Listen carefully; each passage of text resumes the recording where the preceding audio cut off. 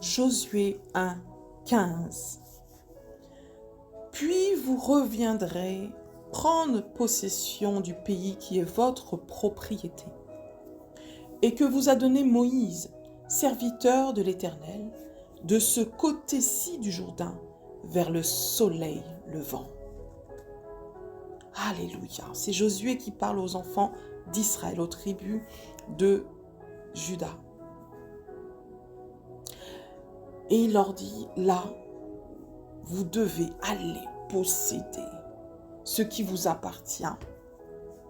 Ce que Dieu a dit qui vous appartient par la bouche de Moïse, votre serviteur. Nous savons que Dieu avait promis aux enfants d'Israël la terre promise et qu'à la mort de Moïse, Josué a reçu le mandat de Dieu pour continuer la mission d'aller posséder la terre d'Israël. Et là, ce qui m'interpelle, c'est que bien que Dieu ait promis cette terre, il était temps que maintenant les enfants d'Israël aillent physiquement sur le terrain posséder cette terre. Et ça nous parle de la mentalité que nous devons avoir, qu'ont eu les enfants d'Israël, cette mentalité du conquérant.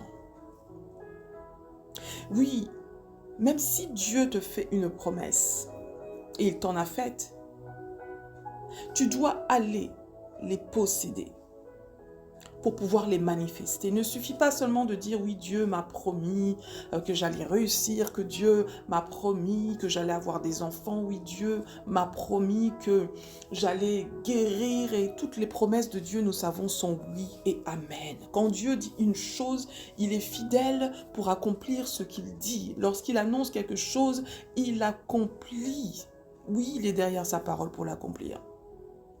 Mais le Seigneur s'attend à ce que nous puissions être aussi participants de la réalisation de ses promesses. Et c'est ce qu'il disait à son peuple ici. Vous devez aussi être participants, faire votre part, aller posséder vos possessions.